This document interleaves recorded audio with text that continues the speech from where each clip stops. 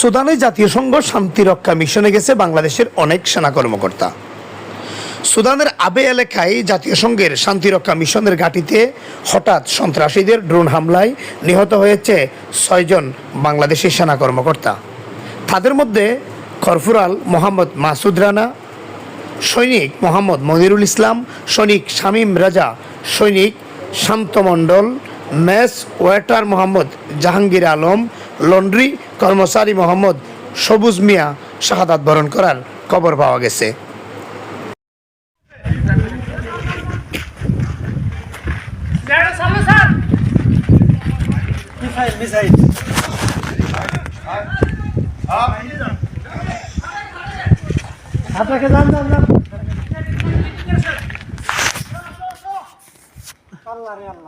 আরে আল্লাহ,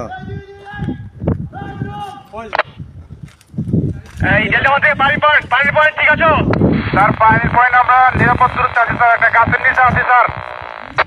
ঠিক আছে, চারপাশে খেয়াল রাখুন।